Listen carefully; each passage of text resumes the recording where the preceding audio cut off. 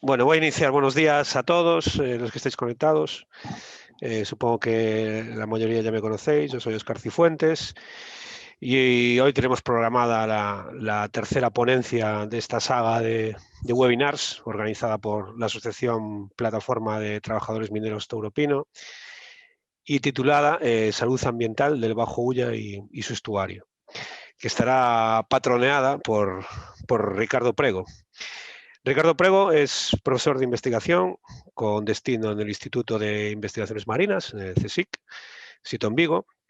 Es químico por la Universidad de Santiago de Compostela, donde se especializó en química orgánica y Inorgánica. perdón, inorgánica, y doctor por esa misma universidad, con una tesis sobre balances biogeoquímicos en la Ría de Vigo. En 1989 obtuvo por oposición la primera plaza sobre oceanografía química que fue convocada en el CSIC. Su línea de investigación se centra en los intercambios biogeoquímicos que ocurren en los sistemas costeros, incluyendo la contaminación por metales y la eutrofización, y su labor se ha desarrollado principalmente en las rías gallegas, fiordos chilenos y antárticos, estuarios árticos y cantábricos, lagunas subtropicales del Pacífico mexicano y también en el afloramiento de Galicia durante el Holoceno. Fruto de su investigación son 166 artículos publicados en revistas internacionales que abordan la biogeoquímica de las sales nutrientes, los elementos traza y desde hace una década las tierras raras. Sus artículos reciben una media de 250 citaciones anuales en revistas científicas internacionales. Bueno, y como veis, pues es un auténtico honor contar hoy con Ricardo. Y sin más dilación, pues os dejo con él para comenzar con la exposición de esta webinar. Vale, muchas gracias, Óscar, por la presentación. A lo largo del tiempo que he estado trabajando en la cuenca del Ulla y la parte interna de la Ría de Arosa, pues se generaron 3 informes. Uno corresponde a la parte del agua, sustancias disueltas, otro a la materia particulada en suspensión y otro en sedimento. Lo que voy a presentar es el compendio de los 3 informes anteriores que de una manera conjunta destacan lo más importante, ¿no? Para que conozcáis la zona de trabajo, en esta placa podéis ver por una parte los puntos de muestreo que ya detallaré y por otra parte pues la litología de la zona y la influencia humana. Es decir, sobre la cuenca del Ulla hay una parte de influencia antropogénica y otra parte de influencia litogénica o natural. Ahí veis los diferentes tipos de rocas que están presentes y que marcan o que caracterizan la cuenca hidrográfica del Ulla, y abajo los núcleos de población y la SEDAR. Aquí tenéis este grande que es Santiago de Compostela, y ahí están las distintas EDAR que hay en la cuenca. En la cuenca del Ulla hay un hecho importante que condiciona toda la circulación del agua, que es el embalse de Porto de Mouros, que está aquí. Vosotros veis la flecha de mi, supongo que veis la flecha de mi ratón. En este embalse, que en realidad son tres contiguos, es un embalse hidroeléctrico, pues lo que hace es regular el agua del río. Luego toda el agua que llega hasta la desembocadura parcialmente está condicionada por lo que desagua el embalse. Por eso el estudio que hemos hecho corresponde a la parte baja del río Ulla. En esta figura, bueno, aquí tenéis el mapa de Galicia y aquí donde está situada la cuenca del Ulla. El Ulla es uno de los ríos que desembocan en rías, es el más importante, y la Ría de Arosa es la más grande de todas las rías, tiene 230 kilómetros cuadrados. En esta zona, enmarcado en amarillo, es la zona del complejo geológico del Arinteiro, donde está la mina de Touro. Y entonces la estrategia que seguimos fue dedicarnos a muestrear ríos que podían estar influidos por dicha cuenca. Este es el río Lañas, estos son puntos de muestreo de agua. Hay uno a la salida del embalse, luego hay 2 en estos dos arroyos, que es el Lañas y el Beseño. luego está otra vez el cauce del río Ulla, luego está la desembocadura del Brandelos, que viene también de la mina. Lo importante es ver lo que llega a través de cada afluente y cómo se nota en el río, porque hay una estación de muestreo después. Luego está el río Deza, que es el afluente más importante. Después tenemos aquí el aforo ya en la desembocadura, porque esto es todo zona de estuario, esto es Herbón, donde está Padrón, y este es el punto de muestreo del SAR, que abarca toda esta cuenca superior del afluente del Ulla, que pasa por Santiago, que Santiago debe estar por ahí más o menos. Y aunque desemboca en el estuario ya directamente, porque la influencia del agua de mar llega aproximadamente hasta donde está marcando la flecha, hasta bastante adentro. Tener en cuenta que un río, cuando disminuye su caudal o cuando su caudal está controlado por una presa, digamos que se saliniza el agua, la influencia del agua marina llega más arriba. Esto es lo que corresponde a la parte de agua, y en la que corresponde a parte de sedimento. Hemos recogido muestras de sedimento superficial en 78 puntos para caracterizar estos circulitos, son puntos de muestreo, para caracterizar las muestras del sedimento de Lañas, del Brandelos, del Deza, también del Liñares, aunque no lo muestreamos, y a lo largo de la cuenca del Ulla, en su estuario, y sobre todo en la parte interna de la ría de Arosa, que es media ría. Esto que veis aquí es la isla de Arosa. Estos son todos los puntos que hemos muestreado, porque la huella de litológica y antropogénica queda recogida en la memoria del sedimento. Bien, yo voy a seguir adelante más posteriormente. Si queréis hacer alguna pregunta, pues podemos volver a la placa, ¿no? Bueno, esto va lento. Bueno, más o menos he ido poniendo por escrito para que podáis seguirme también, pues la parte correspondiente del informe compendio de todos los demás, ¿no? Aquí más o menos lo que resumen son los distintos parámetros que hemos medido: la conductividad, temperatura, pH. Hemos medido también las sales nutrientes, es decir, el nitrato, el nitrito, el amonio, el fosfato y el silicato, que son muy interesantes porque su exceso puede causar eutrofización, la materia orgánica en disolución, tanto el carbono como el nitrógeno como el fósforo, y luego elementos traza, que son no metales como el arsénico, y luego esa colección de metales como son el cadmio, el cobalto, el cromo, el cobre, el hierro, el manganeso, el níquel, el plomo, el antimonio, el selenio, el uranio y el itrio, porque pueden ser significativos de la cuenca. Obviamente el cobre lo entendéis, el cobalto también aparece con ellos, el uranio es un poco porque está relacionado con los granitos, y el itrio, que como estoy trabajando con tierras raras, pues me gustó meterlo. Después hemos trabajado con la materia particulada en suspensión, sobre todo el carbono orgánico particulado, el nitrógeno orgánico particulado y el azufre. Esto en cuanto al agua, en los 9 puntos que habéis visto en la cuenca del Ulla. Por otra parte, recogimos también 78 muestras de sedimento, y en cada muestra analizamos la materia orgánica, los carbonatos, el azufre que tenían, y luego los mismos metales que hemos analizado en el agua, tanto en la fracción fina, es decir, los fangos, como en la fracción total, arenas y fangos, ¿no? Es decir, hay una base de datos que contiene lo que veis ahí, 4.000 y pico de datos de agua y casi 4.000 de datos de sedimento. Esto constituyó 3 bases de datos que lo tenéis en Cobre San Rafael, que os lo he pasado. Bueno, abajo veis simplemente 2 fotos para ilustrar pues las medidas de conductividad y pH que se hacían in situ, y al lado pues toda la cantidad de botes que íbamos cogiendo, pues para el oxígeno disuelto, para la materia orgánica, para los nitratos, para los elementos traza y para la materia particulada. Los elementos traza requieren un tratamiento especial porque, como son concentraciones muy bajas, tienen unas condiciones especiales de limpieza y un tratamiento en sala blanca y luego un análisis por ICP. Esto es bastante interesante porque en todas estas variables pues no se han determinado antes en la cuenca del Ulla. Hay trabajos de hidrología de aguas de Galicia y hay trabajos sobre todo de biología del proyecto LIFE que se hizo, pero esto es lo más completo que se ha hecho hasta ahora, no solo en el Ulla, sino también en una cuenca fluvial que desemboca en una ría. Bueno, para que no se os suene extraño, pues he puesto aquí una serie de fotos de los distintos puntos de muestreo. Os presento a Miguel Ángel Álvarez, que yo le dirigí la tesis y que estuvo trabajando conmigo en todos los muestreos y en el tratamiento de las muestras.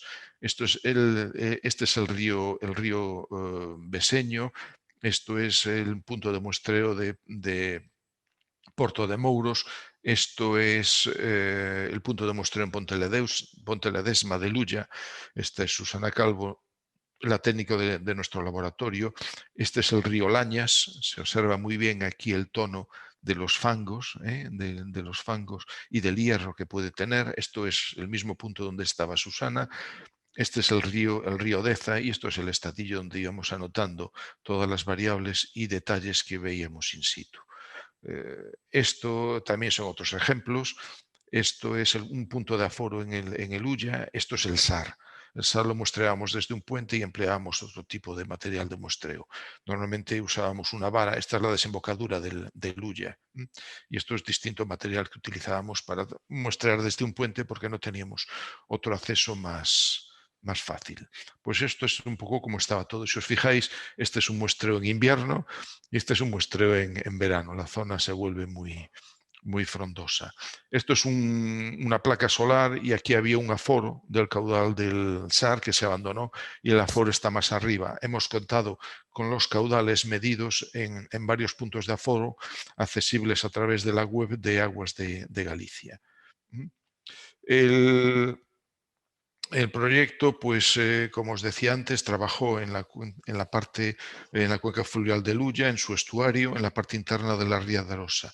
Y el objetivo principal era obtener unos valores de referencia hidroquímicos y sedimentarios para conocer el estado actual, es decir, el año desde octubre del 18 hasta septiembre del 19, es decir, un año entero hidrológico. Entonces, con esos datos de referencia conocíamos el estado actual del sistema del Ulla, y eso nos da una referencia para años futuros, saber si ha cambiado las circunstancias o no, porque tenemos una referencia bastante rica de lo que ocurre durante un año hidrológico. También nos da una idea de lo que está llegando a la Ría de Arosa y nos da una idea de las distintas influencias que está teniendo el Ulla, tanto antropogénicas como litogénicas. Es decir, nos da una información que yo creo que es muy útil y que se hizo dentro de la libertad que me dieron, libertad total que me dieron para desarrollar el proyecto. Bueno, esta es nuestra furgoneta en la que hacíamos el muestreo, y aquí está Miguel Ángel trabajando en nuestra sala limpia, filtrando las muestras de agua con unos sistemas de filtro y con unos filtros tratados previamente lavados con ácido, ¿no? Bueno, pues pasamos a la parte de sedimento. Para que veáis, esta es la parte interna de la Ría de Arosa y su estuario. También mostraremos los ríos, pero bueno, estas son las fotos más bonitas y es la que os paso. Nuestra draguita, la lancha que alquilamos para muestrear toda esa parte interna, los estadillos con las coordenadas y demás puntos. Pues aquí veis una batea experimental. Esto es la zona de Catoira con el barco vikingo que utilizan durante el desembarco. Esta es la factoría Nestlé, que fabrica sobre todo leche condensada en Padrón.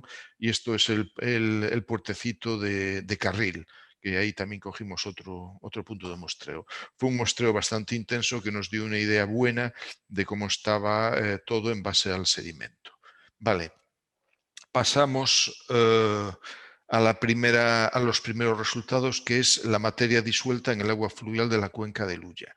Y ahí, aparte de presentaros los datos, destacan que hay 3 orígenes predominantes. Un origen predominante es la presa hidroeléctrica de Porto de Mouros, que altera el caudal fluvial y, al ser un agua remansada, actúa como un lago. Y ese lago, el agua que se vierte al Ulla, tiene sus características propias que las condicionan durante todo su cauce y se detectan incluso en la desembocadura. Aquí tenéis el caudal fluvial de Lulla desde el 1 de octubre del año 18 hasta el 30 de septiembre del año 19, es decir, un año entero hidrológico. Como veis, esto corresponde a la salida del embalse, está en Basebe medido. Como veis, es un río que está domesticado. Su caudal en la salida del embalse corresponde a lo que vierte el embalse más el caudal ecológico, mientras que en la desembocadura en Padrón pues tiene numerosos picos. Estos picos los tendría si el río no estuviera embalsado, y aquí vienen producidos pues, por los caudales de agua de los afluentes, que a veces tienen incrementos de caudal que se suman a el caudal del río, que es el más importante. Eso lo que hace es decirnos que la presa tiene un papel importante, no solo hidroquímico, sino también en el caudal. En esta figurita que tenéis aquí es el caudal, la variación de caudal a corto espacio de tiempo. Cada unidad que veis aquí, del 0 al 20, son 20 unidades, corresponde a 10 minutos, porque podemos disponer del caudal 10 minutal del río. Y el caudal está medido en Besebe, en Pontevea, es decir, poco después del embalse, y también en la desembocadura, en Herbón. Como veis aquí, por ejemplo, cuando funciona la central hidroeléctrica suelen tener pulsos de caudal, y hay pulsos de caudal a lo largo del día. Tiene incrementos, y en donde estamos en la desembocadura, pues también se nota cuando cierran el caudal cómo baja. Esto se observa a lo largo del día cuando está funcionando el suministro eléctrico. Esto tiene dos consecuencias, que son pulsos de agua que se observan a lo largo del río, y también pueden servir para controlar el agua que se vierte desde, por ejemplo, el río Brandelos. En un momento determinado, si hay un evento contaminante, bien sea pues desde la mina, o bien sea de tipo agropecuario desde el DEZA, abriendo la presa, lo que hace es diluir el aporte y que tenga menos impacto en la desembocadura. Ese es un tema, una ventaja de que haya los embalses, que contraponen el inconveniente del río domesticado. Aquí he cogido un nutriente como puede ser el nitrato, y aquí veis a lo largo del año. Aquí empieza en abril del año 18 y termina en marzo del año 19. Bueno, cogimos uno u otro según nos parece. Y os fijáis aquí que está todo junto. Esto es el río, son las estaciones que hay a lo largo del río Ulla. Y como veis, varía muy poco su contenido en nitratos. Este es el del SAR. El SAR presenta un aumento en nitratos, sobre todo durante los meses de verano. Es decir, cuando disminuye el caudal, los aportes de nitrato pues, van más concentrados. Y esos son los de los demás.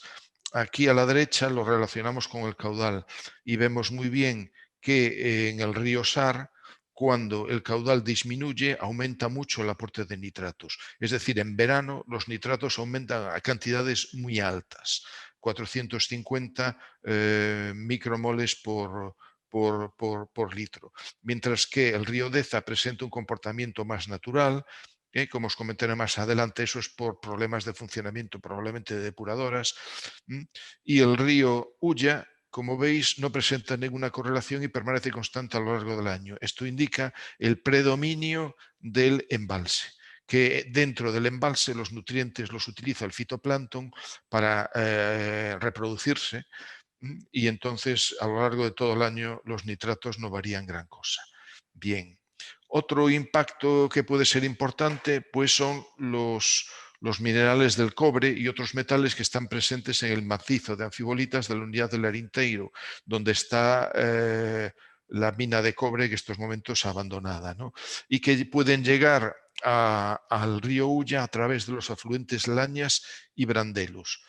Aquí en esta figura tenemos la variación a lo largo del año, desde durante un año hidrológico, del cobre. Entonces observamos que en el río Ulla, que son los puntos negros, pues no varía gran cosa, mientras que en el río Beseño es donde ocurre la principal contribución de cobre al río Ulla. El río Beseño pues recoge sus aguas de la zona del Arinteiro. Entonces ahí influirá pues la propia litología natural y también los propios restos de ganga de la mina y las galerías subterráneas, si es que hay un lavado. Aquí, curiosamente, lo que se observa es que cuando el caudal es alto, el aporte de cobre es alto, y cuando el caudal es bajo, el aporte de cobre es bajo. como habéis visto antes, cuando aumenta el caudal hay un efecto de dilución, pero aquí sucede al revés. Esto quiere decir que cuando llueve y el río lleva más agua, lo que está ocurriendo es un lavado de toda la zona de la mina, o bien por aguas subterráneas que no circulan cuando baja el caudal, o bien por el lavado, ¿no? Entonces, esa es la pauta que se observa en el transporte de cobre en el río Beseño. Si miramos el cobalto suele aparecer cuando hay menas de cobre con los sulfuros, pues vemos que el río Beseño presenta la misma pauta. En 12, mes 12 es en invierno, es decir, cuando aumentan los caudales. Esto es marzo, el 9 es septiembre, agosto, octubre. Entonces vemos que disminuye, y también se observa en el río Lañas. En el río Lañas variamos el punto de muestreo, lo pusimos agua más abajo de donde venía un afluente, un regato directamente de la mina, y esto es posterior a la fecha del 3, donde se muestreó después. Entonces vemos también como en el río Lañas hay un aumento en el contenido de cobre, aunque ese aumento sigue una pauta distinta a la del río Beseño. Cuando disminuye el caudal, aumenta el cobalto, es decir, un comportamiento pues más natural. Y aquí abajo veis el itrio, porque yo, como estoy trabajando con tierras raras, pues me apeteció ver qué pasaba. Y me llevé la sorpresa de que el río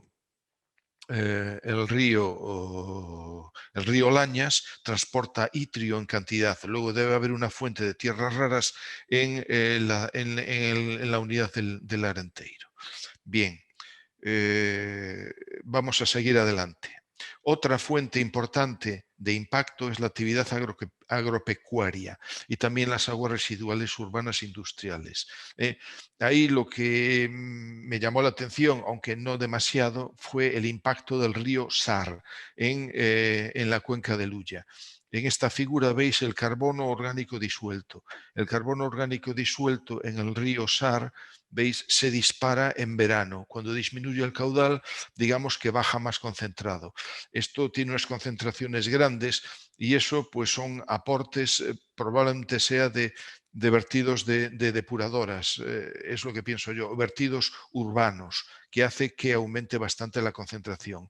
Como veis, en el río Ulla son los puntitos negros, no hay grandes variaciones, y los demás ríos pues son oscilaciones pequeñas a lo largo del año. El río Lañas tiene poca carga orgánica, y el río Beseño también. Eso es lo curioso. Y si lo miráis aquí a la derecha, pues se ve cómo el porcentaje de oxígeno disuelto en el agua en el río Sar disminuye junto con la concentración de carbono orgánico disuelto. Es un río que presenta unas saturaciones de oxígeno disuelto muy bajas, hasta el 30%, lo cual significa casi una anoxia, y eso indica pues que hay una fuerte remineralización de materia orgánica a lo largo de su cuenca, y eso va relacionado con la presencia de carbono orgánico disuelto. De nuevo, el río Ulla, en Porto de Mouros, a la salida de la presa, pues presenta una independencia de un valor con otro. Normalmente el agua está casi siempre saturada en el río, en el vertido de la presa. Esto es en lo que refiere al agua, es decir, hay tres aportes fundamentales: un impacto de la presa, un impacto de la litología de la zona y un impacto de la zona agropecuaria que viene del río Deza, que es la orilla sur donde está la mayor parte de la agricultura. Bueno, no se nota mucho aquí, pero os lo mostraré más adelante. Y también, sobre todo, el impacto del SAR.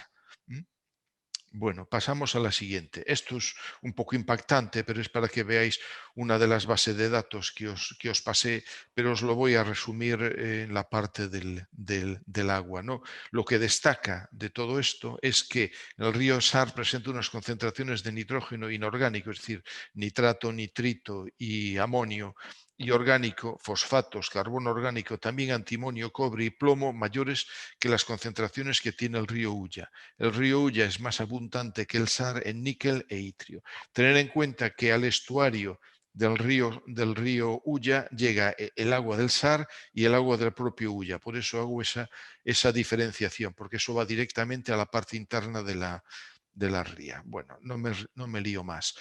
Y esto es también otra parte de la base de datos que disponéis de los resultados como base de referencia. Y aquí simplemente quiero destacar eso mismo. No me voy a parar porque si no os voy a marear con los datos. Tenéis el resumen y si no después preguntáis algo. Vamos a pasar a la materia particulada en suspensión. La materia particulada en suspensión, pues vemos algo parecido a lo anterior, ¿no? Aquí, si os fijáis, esto es el Ulla a través de la cuenca. Primero está Porto de Mouros, luego está Basebe, luego está Ponteledesma y luego está Herbón. Eso es a lo largo del cauce del Ulla. Como veis, en Ponteledesma y en Herbón, pues algunas veces es más o menos el mismo. La materia particulada de suspensión no es muy alta y tener en cuenta que cuanto más aumenta el caudal, más sólidos transporta un río y probablemente y en esos sólidos tienen más materia particulada en suspensión. Por eso normalmente en invierno esto aumenta y en verano normalmente debe disminuir, que es lo que vemos aquí. Bueno, pues en Porto de Mouros no sucede eso así, porque como es un embalse, al final del verano es cuando se descompone el fitoplancton y entonces suele haber un pico de materia orgánica particulada, que es lo que vemos aquí. Es un comportamiento más propio de un lago en ese aspecto que de un río por el impacto que tiene. Y en los afluentes, los veis aquí, el río Aveseño transporta poca materia particulada, el Lañas transporta un poco más de materia particulada, sí, el Brandelos también, y presentan esta pauta de que caudal alto aumentan los picos. Bueno, aquí hubo una disminución de caudal en el mes de enero, que es por eso disminuye, y en verano pues disminuyen los caudales. Es un comportamiento, no son valores altos, es un comportamiento bastante normal, ¿no?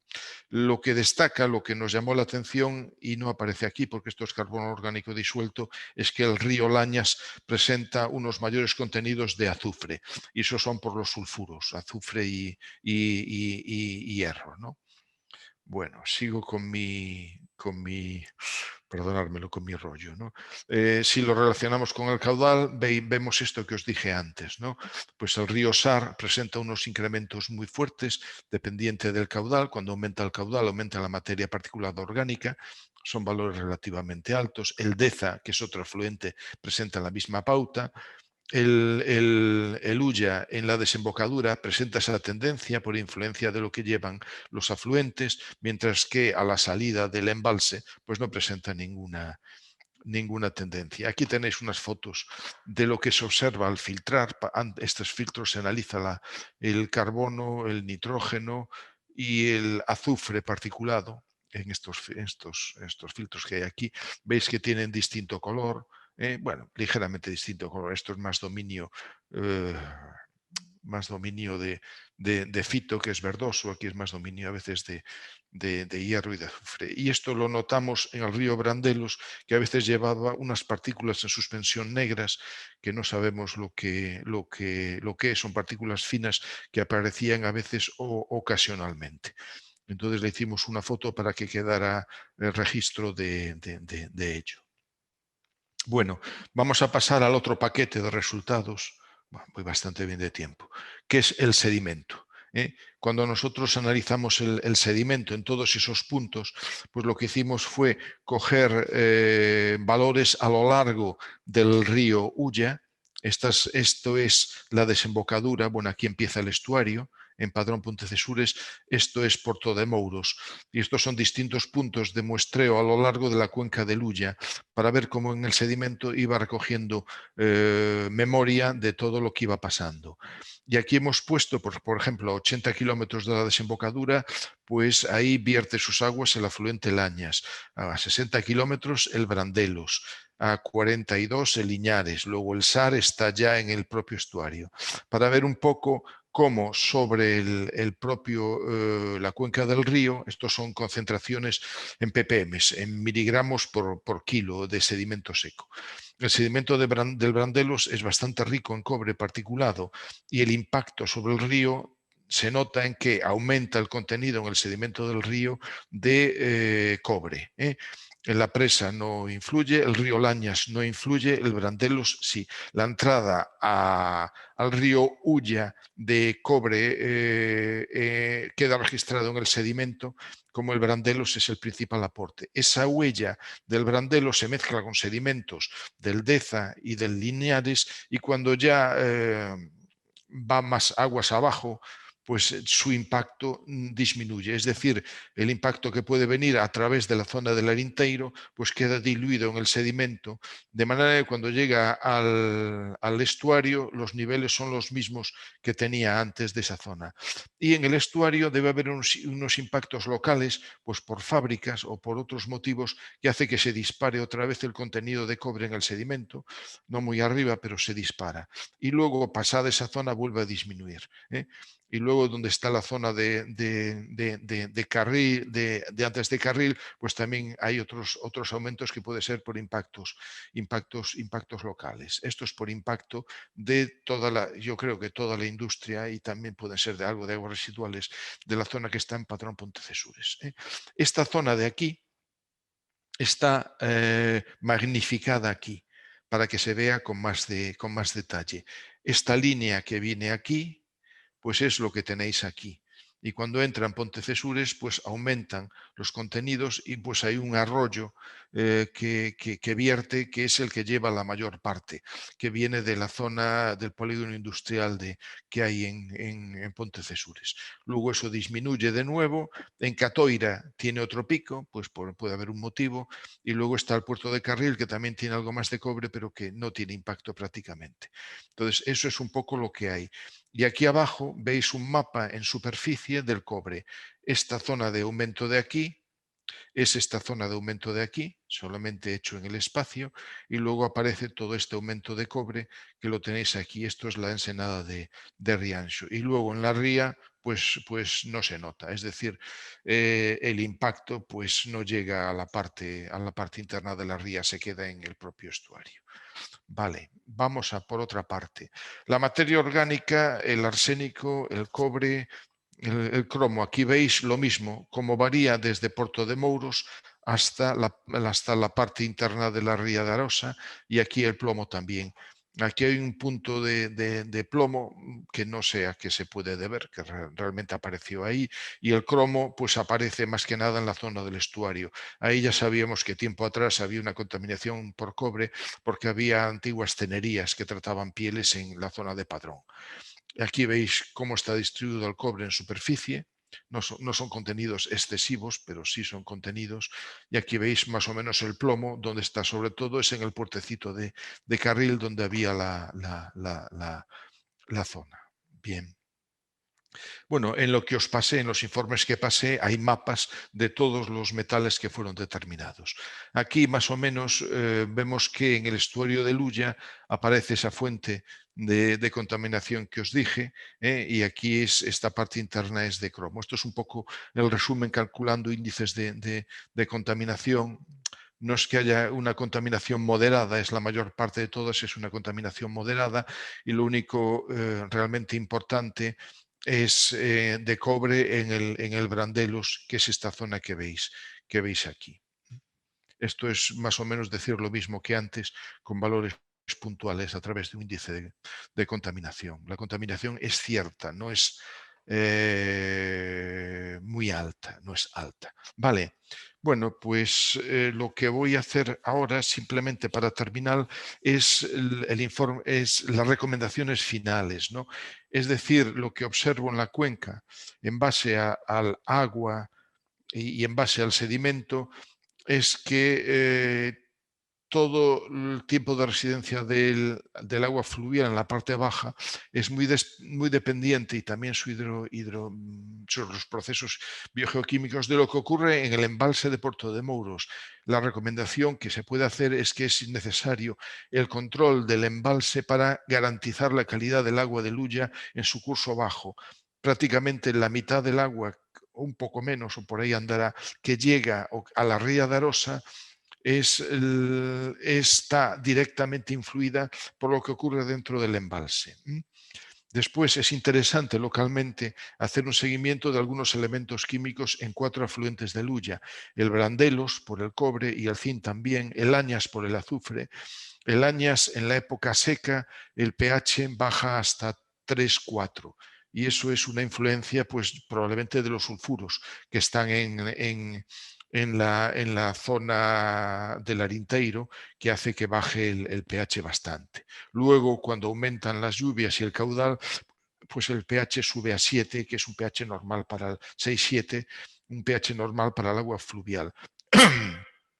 En el Deza y el Linares se nota la influencia agropecuaria, sobre todo de nutrientes y de materia orgánica, nitratos y fosfatos en particular, ¿no?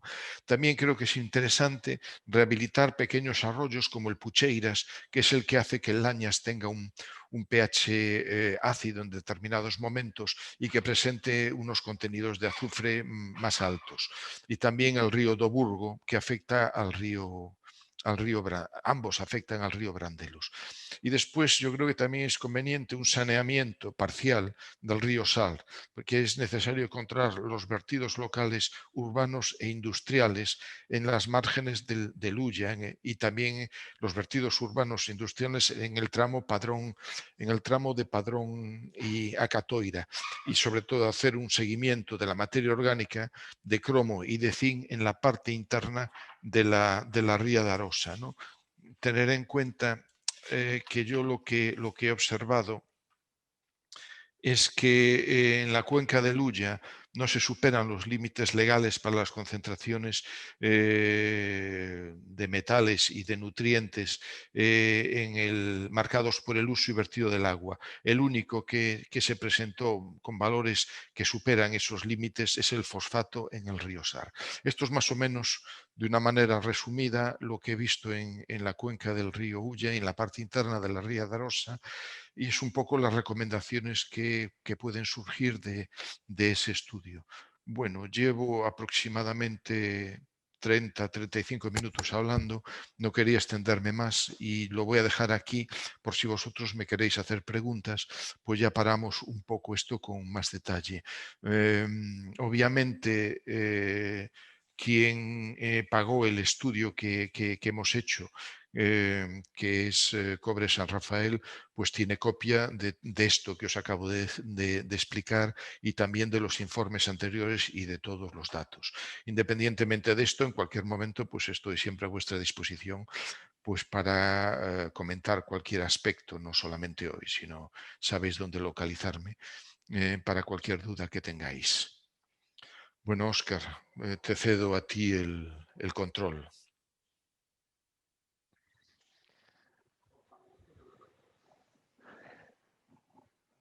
Yo te puse una pregunta, la puse por escrito también para que otros, si quieren, Bueno, las puedan. si tú lees esto, a ver si puedo salir de aquí. Es que yo ahora no estoy viendo las preguntas. A ver. No ves el chat, ¿no? No estoy viendo el chat. A ver si No sé puedo. si le puedes dar ahí el botón de chat. No, Ah, ah. vamos a ver. Al botón de chat. Wow. De todas maneras, tú podrías leerme las Sí, preguntas, ¿verdad? sí, Pues mira. te lo agradezco, porque así yo funciono con Vale, perfecto. con la Mira, presentación. yo te Dime. leo. Se ha publicado recientemente quejas de la PDRA de que el hecho de que Porto de Mouros no tenga suficiente alivio provoca que cuando llueve mucho llegue demasiada agua dulce a la ría, lo cual acaba ahogando, ¿no?, a determinados bivalvos. ¿Sabes si tiene recorrido estas quejas? Bueno, hay dos hechos que han llamado la atención una vez que terminamos el año de muestreo. Uno de ellos fue una especie de materia particular de suspensión, arcillas y fangos, que salió noticia en la prensa, y eso fue durante el verano.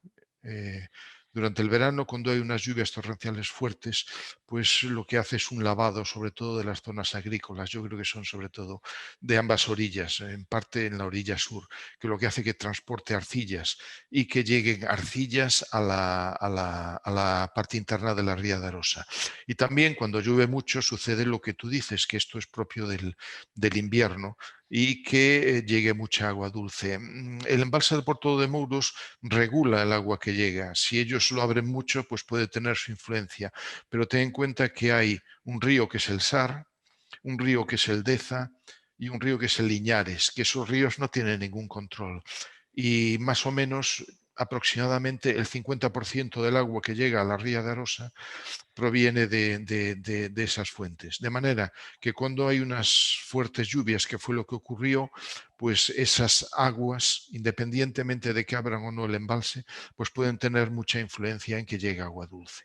Es decir, tenemos dos fuentes de agua dulce a la parte interna de la ría de Arosa, una natural por los afluentes que no tienen control, no tienen embalses, y otra controlada humanamente, que es por el agua de Porto de Mouros. Yo no sé si el embalse lo abrieron o no, es posible que lo abrieran porque se saturara el embalse y entre todos hicieran que llegara mucha agua dulce a la ría. Pero vamos, eso es un proceso hasta cierto punto natural. Cuando llegue mucho, hay años que llueve mucho, pues llega mucha agua dulce a la ría. Normalmente los embalses lo que hacen es vaciar antes de que haya fuertes lluvias y luego retengan el agua. Ujú. Yo te diría que hay años de muchas lluvias en verano, en invierno, y años de pocas lluvias. Muy bien. Mira, tengo otra pregunta por aquí, que dicen que si se ha realizado algún estudio tan completo de Luya como el realizado por Ambarulla. No, yo estuve viendo la bibliografía de lo publicado. Hay aspectos puntuales en el tema de metales, aspectos puntuales en el tema de sedimento. Aguas de Galicia tiene obligación de hacer estudios de calidad de aguas. Se ha centrado bastante en caudales y ha hecho algunos estudios en el año, yo creo que fue el 2011, sobre nutrientes y materia orgánica, pero fueron estudios eh, puntuales. Ten en cuenta que ellos trabajaron también más aguas arriba del embalse y nosotros no lo hicimos. Esa parte, pues ellos la han hecho. El tema del life, pues se centraron bastante en seres vivos, en la parte biológica y un poco hicieron algunos análisis de metales, pero un seguimiento tan completo a lo largo del año no se ha hecho, no solo en el Ulla, y yo creo que tampoco en otros ríos que vierten a las rías. Ten en cuenta que toda la parte de metales en disolución, que son muy interesantes, sobre todo por la litología y los minerales que existen en la cuenca de Luya, no se había realizado anteriormente, porque te requiere unas técnicas analíticas y de tratamiento de las muestras que no son de uso común, ¿no? Hombre, no es que haya hecho yo el muestreo, todo este trabajo y me largue flores a mí mismo, ¿no? Pero por lo que he visto, no. No. Vale. Y ten en cuenta, por lo que os he ido comentando, yo creo que os habréis dado cuenta que la cuenca la hemos machacado bien, vamos, en datos y en consecuencias. Bueno, pues te sigo leyendo por si siguen llegando preguntas. Venga, Mira, ha dicho que en la cuenca de Luya no se superan los límites en los materiales solo con los fosfatos. ¿A qué se sí. puede dar estos datos? Bueno, yo he buscado la base de datos de límites de vertido de aguas. Los límites son bastante generosos, hay que decirlo. Y yo en los datos que hemos obtenido nunca han superado esos límites, salvo en el fosfato en el río Sal. El fosfato, pues, pues viene normalmente en los sistemas fluviales, el origen del fosfato son aguas urbanas. Pues aguas urbanas, yo que sé, lavadoras, detergentes y ese tipo de fuentes. Cuando una depuradora no funciona bien y no tiene eliminación de fosfatos, pues es decir, el control primario, secundario, terciario. El control primario lo que hacen es vertir libremente si después oxidan lo que tienen. Lo que no impiden es que lleguen nitratos. Lo que hacen es que no llegue ni amonio ni nitritos, lo oxidan a nitratos, y el fosfato tampoco lo paran, ¿no? Entonces eso quiere decir que en un momento determinado tiene un impacto grande. Por eso recomiendo un saneamiento parcial del río Ulla. Y eso es realmente... ¿Qué efecto tiene el fosfato en el agua de mar cuando llega a la ría de Arosa? Hombre, yo creo que en el fondo tiene bastante poco impacto. Es decir, eh, en la producción, la riqueza de una ría depende de los nutrientes que llegan. Es decir, nitrato, fosfato y también silicatos, y lo que producen son diatomeas. El origen de la riqueza en las rías gallegas no está en los ríos, está en el mar. Cuando llega agua rica en nutrientes durante el verano, cuando soplan vientos de componente norte, llega agua fría de fondo que es rica en nutrientes. Los ríos simplemente son un complemento secundario. Por eso cuando se diluya el fosfato al entrar en la ría, pues no tendrá un mayor impacto. Sí tendría impacto pues si fuera un agua que circula, que renovara poco, porque lo que hacen los fosfatos es una de las causas de eutrofización, sobre todo en embalses y en lagos, ¿no? Si tú miras los límites legales, pues puedes decir el fosfato sobrepasa los límites legales en algunos momentos. Yo creo que eso es en verano, ¿eh? Sobre todo. Podríamos decir que es por errores de depuradoras, ¿no? Bueno, no tengo yo los datos a las salidas de las depuradoras, pero lo que sucede normalmente, pues ese es el que suele haber, o depuradoras o vertidos desde casas o de zonas que no tienen ningún control, ¿no? Bueno, mira, aquí hay dos preguntas que están relacionadas. Yo casi te las voy a hacer las dos Venga. porque van con lo mismo. Dice, en función de su estudio, ¿se puede garantizar que la afección de la mina a la ría de Arousa es nulo? Y la otra, ¿la capacidad de dilución del Ulla es relevante en relación a los cauces de la mina afectada por antiguas explotaciones? Un poco en la misma línea, ¿no? Sí, bueno, yo lo que sé, por lo que me habéis comentado vosotros, que sois los dueños de la mina, es que la mina no se encuentra en explotación y que, lo que llega actualmente pues es por lavados de las zonas digamos, de gangas, donde se añadieron los desperdicios, y también por los canales de lavado de zonas antiguas, supongo que de la mina. Pero aparte de eso, tener en cuenta que eso es un complejo del Arinteiro que tiene unas características litológicas propias. Lo que puede hacer los restos, o digamos la zona antigua explotada, es que haya una mayor mezcla entre los restos de los minerales y el agua. Con lo cual, digamos que la erosión natural, pues digamos que queda, entre comillas, aumentada, ¿no? Con esto quiero decir que es normal que el agua de algunos ríos tenga más metales en disolución porque es una zona con unas características geológicas propias. La pregunta es, actualmente, ¿hasta dónde llega la influencia? Bueno, pues como os decía, en el sedimento se observa un incremento de cobre en el sedimento que no es digamos que no es una contaminación, sino simplemente unos aumentos, pues, que llegan hasta más o menos el río, la desembocadura del río, perdón, sí, del afluente Deza. Después ya no se notan.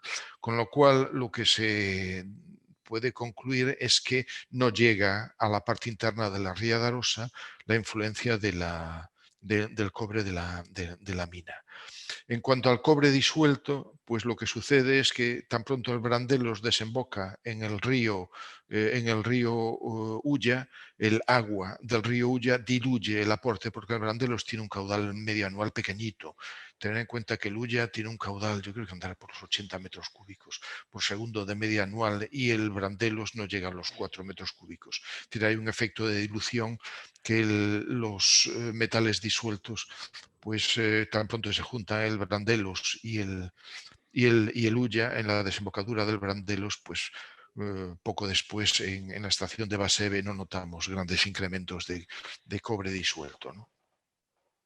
¿Y las fuentes que hay de lo que hay en la ría? O sea, si en la ría hay un poco de cobre y no puede ser debido a lo que baja por el Ulla. No, yo lo que veo, y eso os lo había mostrado en el pico anterior, a ver si os lo puedo poner. Os lo puedo poner aquí. Os lo puedo poner aquí. A ver.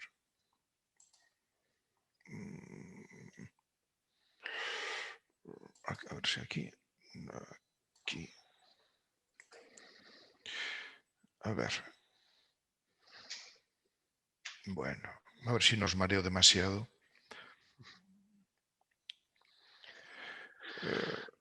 Estaba en el sedimento, perdona. Aquí. Bueno, si me deja. Justo. Bueno, esto es el sedimento en la cuenca del Ulla.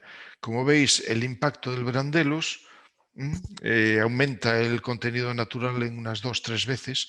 Hay una contaminación, una ligera contaminación del sedimento, no es una contaminación grave, más bien es un aumento, no es una contaminación cierta, que se nota, y eso donde llega el Deza y el Liñares, pues ya realmente desaparece ese impacto. Y esto es lo que tenemos en la cuenca del Ulla. Luego lo que sucede es que en la zona del estuario y en buena parte tras algunos arroyos que llegan yo he notado aquí desembocadura de arroyo sin nombre y del arroyo Louro, lo que hacen es aumentar el contenido de cobre. El cobre en el sedimento de la ría de Arosa, en la parte interna, es bajo. Es un cobre casi es natural y se nota un poco en la parte interna, pero la fuente de origen yo creo que es más en la parte de Pontecesures, Padrón, que en lo que pueda venir de la mina.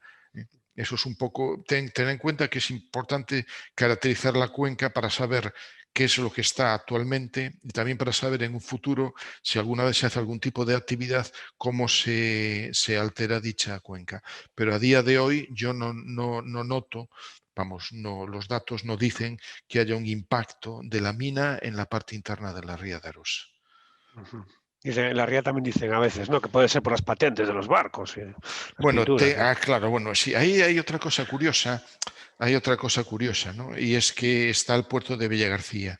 Y cuando fuimos, bueno, puerto de Villagarcía, la pequeña zona de Carril, la zona de Rianxo, que también tiene un puerto, ¿no?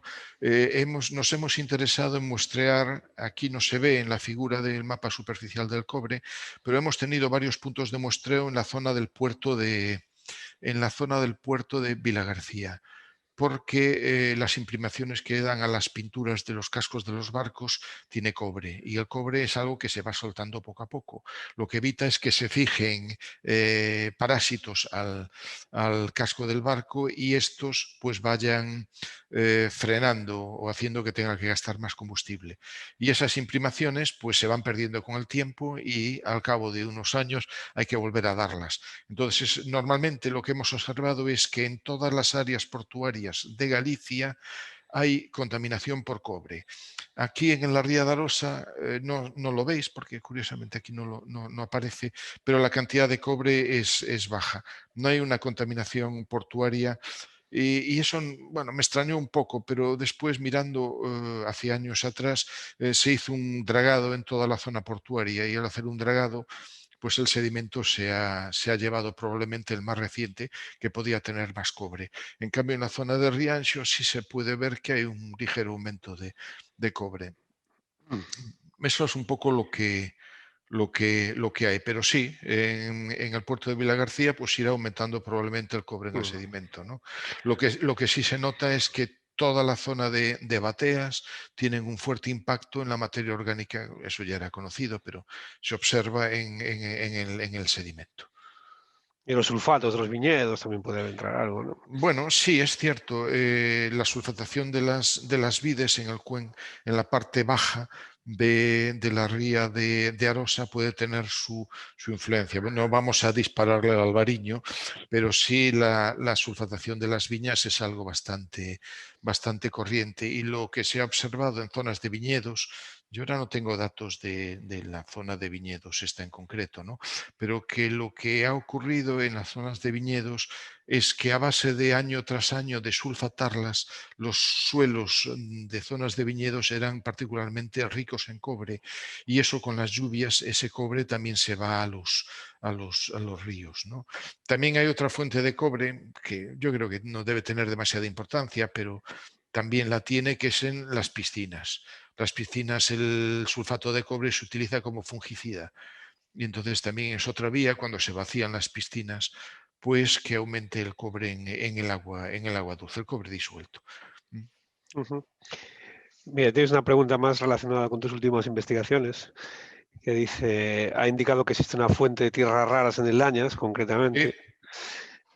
¿A qué tipo de rocas o fuentes se puede deber en la zona de la mina? En eso estamos. Estamos viendo cosas de tierras raras, pues se me ocurrió meterle el litrio como trazador.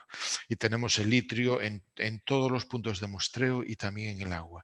Y también después metimos el lantano. El litrio porque es de las tierras raras pesadas y el lantano de las ligeras, ¿no?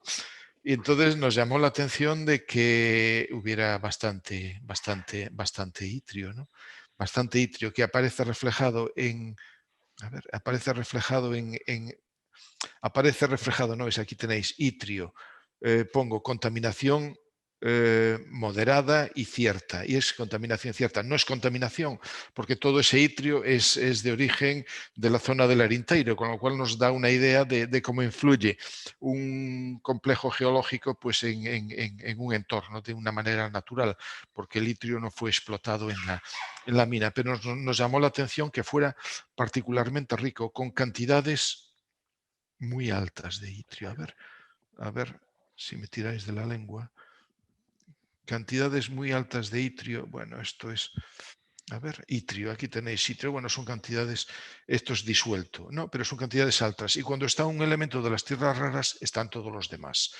En estos momentos aprovechamos las muestras y estamos analizando las tierras raras disueltas. No es fácil analizarlas porque las tierras raras son muy poco solubles. Y en eso estamos en estos momentos. Off the record, estamos en estos momentos, no está en el contrato y lo que queremos ver es los aportes hacia la ría de tierras raras porque eso es una investigación puntera, ¿no? Ujú. Y en el sedimento sí es particularmente rico en tierras raras y viene en el Lañas, en el Brandelos no viene. Entonces lo que haremos más adelante, si podemos, es analizar esos sedimentos e intentar ver qué tipo de minerales. Yo creo, así en plan de lucubración, son tierras raras ligeras, es decir, lantano, praseodimio, neodimio y tal vez europio. No sé si tienen interés para la explotación o no, pero que las hay, seguro. Bueno, y ya para terminar, hay otra pregunta que dice si se podría concluir que el río Sar necesita una especial vigilancia por parte de la Administración para mejorar el impacto sobre la ría de Arousa. Sí, sí. Ten en cuenta que el río Sar pasa por Santiago. El río Sar pasa por más localidades. La mayor parte de la población, digamos que está en la cuenca del río Sar. Está en la cuenca del río Sar y el río Sar sufre ese efecto. Yo lo que haría de entrada sería, uno, revisar el funcionamiento de todas las depuradoras de agua que vierten sus aguas al río Sar, sobre todo la de Santiago, que debe ser la de mayor. Ten en cuenta que en Padrón también hay depuradora. Revisarlas todas, especialmente la de Santiago. Simplemente verificar cuáles funcionan bien o cuáles tienen una cierta deficiencia. Y luego ver todos los afluentes que tengan vertidos incontrolados. Yo te puedo decir que los datos que tenemos, sobre todo la disminución de la materia orgánica, perdón, la disminución de la saturación de oxígeno es signo claro de pérdida de calidad de aguas, el aumento de materia orgánica y sobre todo los niveles de nitratos y de fosfatos y de amonio también. El amonio significa que hay algo que está funcionando mal. Ujú. Sí. Bueno, pues nada, yo creo que no hay más preguntas. Por parte de la asociación, pues nada, dar las gracias por esta exposición, de este trabajo tan completo, sin precedentes. Yo creo que la fotografía de la situación actual está clara y esperamos que este conocimiento sirva como base para mejorar las condiciones actuales. Y bueno, y para todos aquellos que queréis seguir con Ricardo, pues a partir de las 12:15, creo que estará en Radio Arzúa también, ¿no? Hablando con Armando. Muchas gracias a todos, muchas gracias a Ricardo. Venga, gracias a todos vosotros por vuestro interés.